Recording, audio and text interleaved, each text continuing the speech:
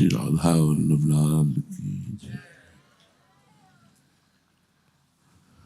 भगवत प्राप्ति का सबसे श्रेष्ठ उपाय क्या है, प्रश्न है। भगवत प्राप्ति का सबसे श्रेष्ठ उपाय क्या है? बोले भगवान के प्रति अपने आप को समर्पित कर देना। नहीं, दिमाग जो है ना चलता रहता है, दिमाग चलता रहता है, ये अपनी चाल चलता रहता है।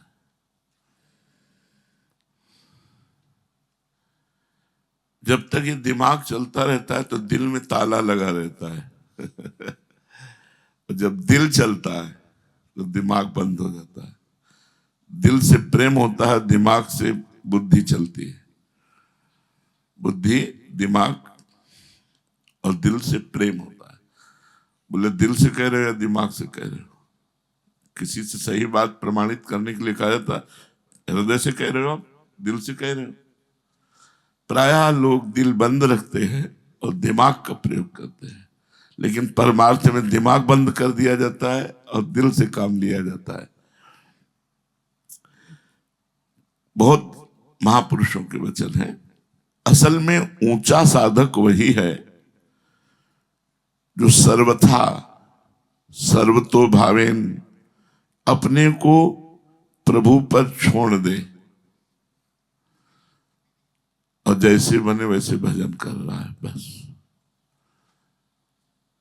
कोई प्रश्न नहीं, कोई तर्क नहीं। भगवान ने जब गोपियों को चीरहरण लीला की तो एक शब्द कहा था, इतना करने पर भी तुम्हारे अंदर मेरे प्रति दोष दृष्टि नहीं आई, इसीलिए जाओ, अगली पूर्णिमा को तुम हमारा सानिध्य प्राप्त करोगे, हमारे साथ रास विलास करोगे। बलि जी को इतना भगवान ने बांधा, सब किया और कहा तुम्हारी दोष दृष्टि मेरे ऊपर नहीं हुई, इसलिए जाओ, मैं तुम्हारा स्वयं द्वारपाल बन करके तुम्हारे दरवाजे पर इसी वामन रूप से खड़ा रहूंगा। इष्ट के प्रति निर्दोष भावना, सर्वतो भावेन अपने आप को ऐसे कर, ये सबसे कठिन बात है। कठिन बात है, ये सबसे कठिन बात है। हमारा जोर इसी पे रहता है। नित्य निरंतर नया उत्साह उसको प्राप्त होता है भजन करने का, जिसकी अनन्य उत्कंठा जागृत होती है, उसकी इस तरह की वृत्ति हो जाती है जैसी वृत्तासुर की अंतिम समय में हुई।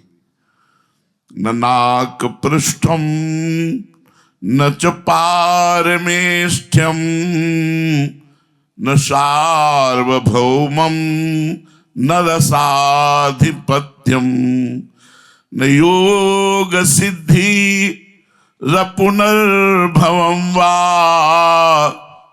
समंजसत्वा विरहै कांक्षे अजात पक्षा इव मातरम खगा स्तन्यम यथावत्सतरा क्षुधार्ता प्रियम प्रियेव विषितम विषण्णा मनोरविंदाक्ष दिदृक्षते त्वाम।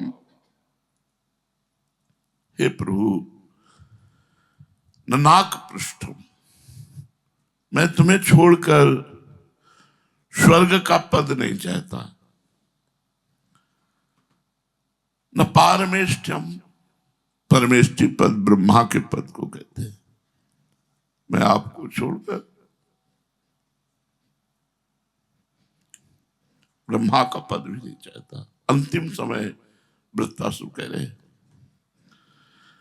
न सार्वभौमम, न इस पृथ्वी लोक का राज्य चाहता हूं, न रसाधिपत्यम, न रसातल का राज्य चाहता हूं, न योग सिद्धि, न योग की कोई सिद्धि चाहता हूं, और न अपुनर्भवम वा, मैं जन्म मरण से भी मोक्ष नहीं चाहता।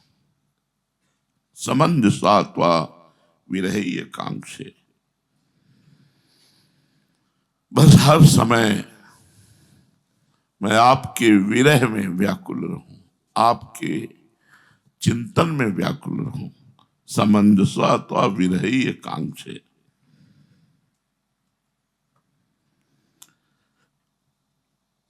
विरह, भगवान के बिना कुछ अच्छा ना लगे, ये अंदर का विषय। बाहर अंदर ही अंदर एक हृदय में मस्त, शायद इसको ही इश्क कहते हो, जैसे कोई दिल को मसला करे, अपने प्रीतम की याद में एक विकलता होना। विरही कांक्षे, समंजसात्वा विरही कांक्षे। मुझे और कुछ नहीं चाहिए, बस विरही कांक्षे। आपके विरह में चिंतन नहीं छूटता। खास बात ये होती है, विरह में प्रगाढ़ चिंतन होता है प्रीतम का। अब कैसा चिंतन? तो बोले अजात पक्षा इव मातरम खगा। अब इससे क्या आशा रखी जाए कि कोई क्रिया जो अजात पक्ष है उससे क्या आशा रखी जाए? ये बहुत सूक्ष्म विषय है शरणागति, बहुत बड़ी बात है। ऐसे भी कर रहे हैं और कह रहे मैं युद्ध नहीं करूंगा। जैसे अर्जुन जी की दशा है ना, वैसी कुछ हम लोगों की भी दशा है। केशव में युद्ध नहीं करूंगा, स्वर्ग का राज्य क्या, पृथ्वी का राज्य क्या, ये मेरे शोक को नहीं सुखा सकता। मैं आपकी शरण में हूं, आपका शिष्य हूं, पर युद्ध नहीं करूंगा। शरण में हो, शिष्य हो तो थोड़ा रुको, उनको बोलने दो, वो क्या कह रहे हैं उनकी बात को मानो, लेकिन पहले फाइनल कर दिया युद्ध नहीं करूंगा। यहीं से गीता प्रारंभ होती है। अजात पक्षायु मातरम खगा, जैसे बिना पंख के पक्षियों के बच्चे अपनी मां के लिए बाट जोहते रहते, क्योंकि उनका जीवन और मरण सब कुछ मां के हाथ में है। वो कुछ नहीं कर सकते, केवल घोंसले पे बैठे हैं। क्या शरणागति है! एक शरणागति ये बताई कि अजात पक्षायु मातरम खगा, केवल भरोसे पे बैठे हैं, आश्रय पे बैठे हैं, निर्दोष दृष्टि करके। शरणागत में सबसे बड़ी सावधानी की जरूरत यह है कि अपने आराध्य देव के विधान में दोष दृष्टि ना करना। कई कई दिन भूखे रख सकते हैं, अपमानित करवा सकते हैं, निष्कासित करवा सकते हैं, तिरस्कार करवा सकते हैं। तो आप तो कहोगे हम तो शरणागत हैं, तो फिर प्रश्न कैसा है? फिर प्रश्न कैसा? जब शरणागत है तो प्रश्न, बहादुर हो फिर क्या बात है, फिर क्या चिंता करनी है? पर वो ऐसा होगा कि अजात पक्षायु मातरम खगा हमें सबसे ज्यादा प्रिय शब्द है। हम प्राय जब शरणागति पे बोलते तो ये शब्द जरूर बोलते हैं, अजात पक्षायु मातरम खगा। पता नहीं अहंकार के कारण समझ में नहीं आता, नहीं तो हम कुछ नहीं कर सकते, कुछ नहीं कर सकते, कुछ नहीं कर सकते। एक बार राधा भी नहीं बोल सकते। यदि किशोरी जी ना चाहे तो एक बार राधा भी नहीं बोल सकते। अगर राधा राधा बोल रहे हैं तो उनकी कृपा से, वृंदावन में डोल रहे हैं तो उनकी कृपा से, जो कुछ है उनकी कृपा, कृपा, इसके अलावा कुछ नहीं कर सके। भगवान की शरणागति के विषय में ककाहरा का भी पता नहीं है। बहुत सुंदर प्रसंग है, सुनोगे तो सब संशय मिट जाएंगे। अजात पक्षायु, वो पक्षी से क्या आशा की जा सकती जिसके पंख नहीं निकले? आशा करना भी अज्ञानता ही होगी। ऐसे हम शरणागत हैं। हमसे कोई आशा शरण न करे। अजात पक्षायु मातरम खगा। और दूसरा, कहा स्तन्यम यथा वत्स तरा क्षुधारता। जैसे क्षुधारता माने भूख से पीड़ित, क्षुधा आरता भूख से पीड़ित गाय का बछड़ा अपनी माता गौ का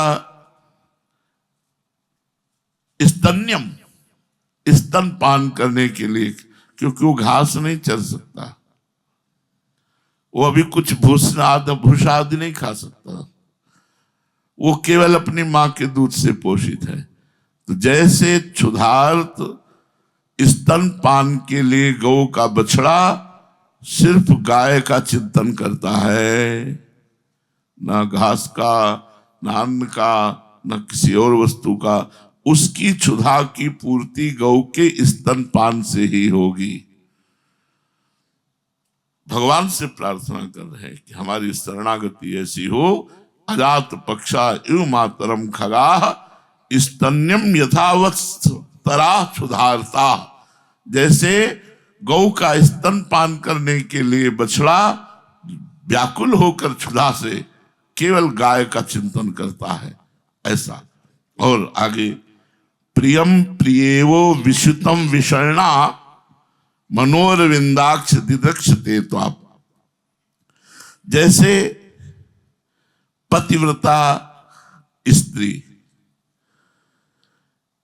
अपने परदेश गए हुए पति के मिलन के लिए वो हर समय व्याकुल रहती है, वो सोनी लगा रही है, रसोई बना रही है, सास ससुर की सेवा कर रही है, पर उसका चिंतन केवल अपने परदेश गए पति के मिलन की, कब आए, कब मैं भर अखबार उनसे मिलूं, कब भर नेत्र उनको देखूं।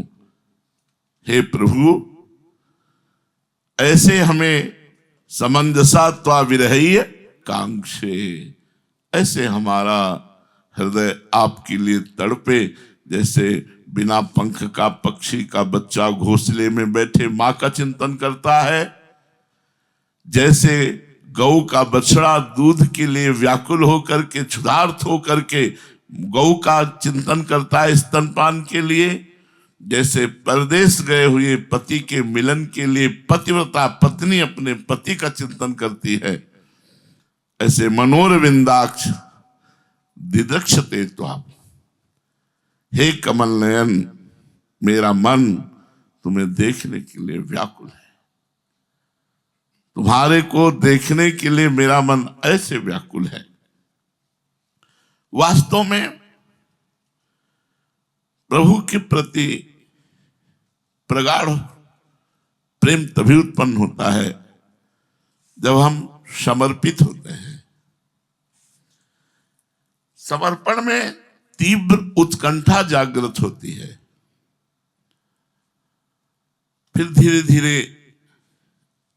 एक भी क्षण प्रभु को भूलना असह्य हो जाता है।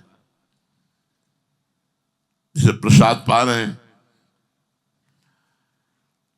तो नाम चल रहा है,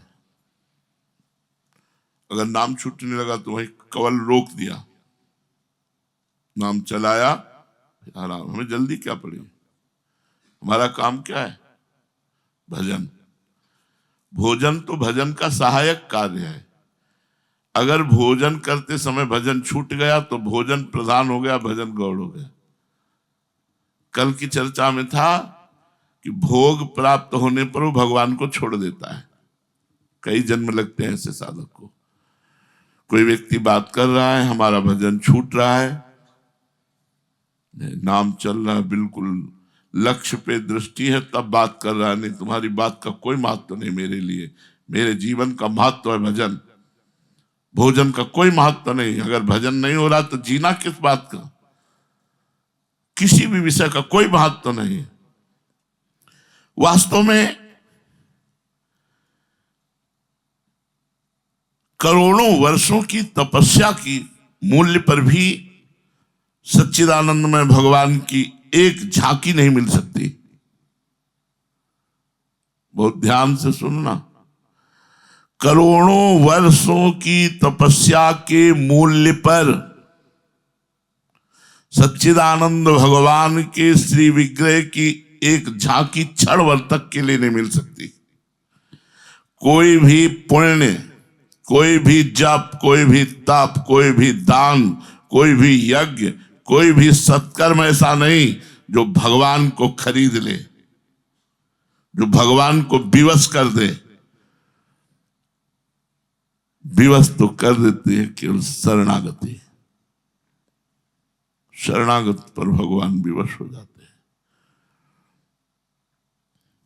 जब लक्ष्मण जी को शक्ति लगी तो भगवान छाती नहीं लड़ाए, लेकिन जब विभीषण जी को शक्ति मारी रावण ने तो तुरंत विभीषण पाछे मेला, सन्मुख राम सहयो सोई सेला। जो ही उसने शक्ति का संहार किया, कुलद्रोही तेरे द्वारा ही सर्वनाश हो रहा है, ऐसा कह के रावण ने विभीषण पर अमोघ शक्ति का प्रहार किया। भगवान ने देखा कि इसमें तो विभीषण का पूरा शरीर हो जाएगा, तो तुरंत विभीषण पाछे मेला, सन्मुख राम से अपनी छाती पे सहा। ये शरणागत करोड़ों वर्ष की तपस्या, पुण्य, जप, तप, दान, सत्कर्म, यज्ञ ऐसा नहीं जो भगवान को दर्शन देने के लिए विवश कर सके। भगवान तो अपनेपन से, शरणागति से रीझ करके और दर्शन देते हैं। शरणागति पर रीझ के उनका दर्शन वही कर सकता है जिसको वो दर्शन कराना चाहें, जिसके सामने से वे अपनी योग माया का पर्दा हटाकर प्रकट हो जाएं। उनको कहीं से आना जाना नहीं पड़ता, वे तो सदा और सर्वत्र विराजमान हैं, किंतु योग माया समावृत। योग माया का पर्दा डाले हुए वो हर समय हम सबको देख रहे हैं, हमारे पास हैं, अंदर बाहर सब जगह हैं, वो देख रहे हैं। जो भगवान का शरणागत होता है उस पर भगवान का बच्चा जैसा दुलार होता, मेरा बच्चा। इस पर बहुत बड़ी बात है, इस पर हम बार बार ध्यान दिलाना चाहते हैं। शरणागति पुष्ट करो, यही सबसे बड़ी बात है। विभीषण जी, सुग्रीव जी और भी जितने बड़े बड़े शरणागतों पर दृष्टि डाली जाती है, तो देखो जब किष्किंधा का राज्य मिला तो राजा बनने के बाद फिर उन्होंने वही सब आचरण किए जो एक संसारिक राजा करता है। और भगवान प्रवर्षण पर्वत पर वहां 4 महीने चतुर्मासा किया, एक दिन भी वो भगवान के दर्शन करने नहीं गए। इतना विषय प्रबल हो गया, वो जाके प्रभु से कहते हैं, नाथ विषय हरिलीन से ज्ञाना। प्रभु आप मुझे दोष मत दीजिए, आपकी माया का रचा विषय ही ऐसा है कि मेरे ज्ञान का अपहरण कर लिया कि मैं आप तक नहीं पहुंच पाया। नाथ जीव तव माया मोहा, सो निस्तरी तुम्हारी छोहा। आपके दुलार से, आपकी कृपा से माया से निस्तार हो सकता है, अन्यथा नहीं। भगवान की उस पर विशेष कृपा होती है। भगवान ने अयोध्या में सुग्रीव जी की तरफ हाथ करके कहा, इनकी कृपा से लंकाधिपति अजय रावण पर विजय प्राप्त की।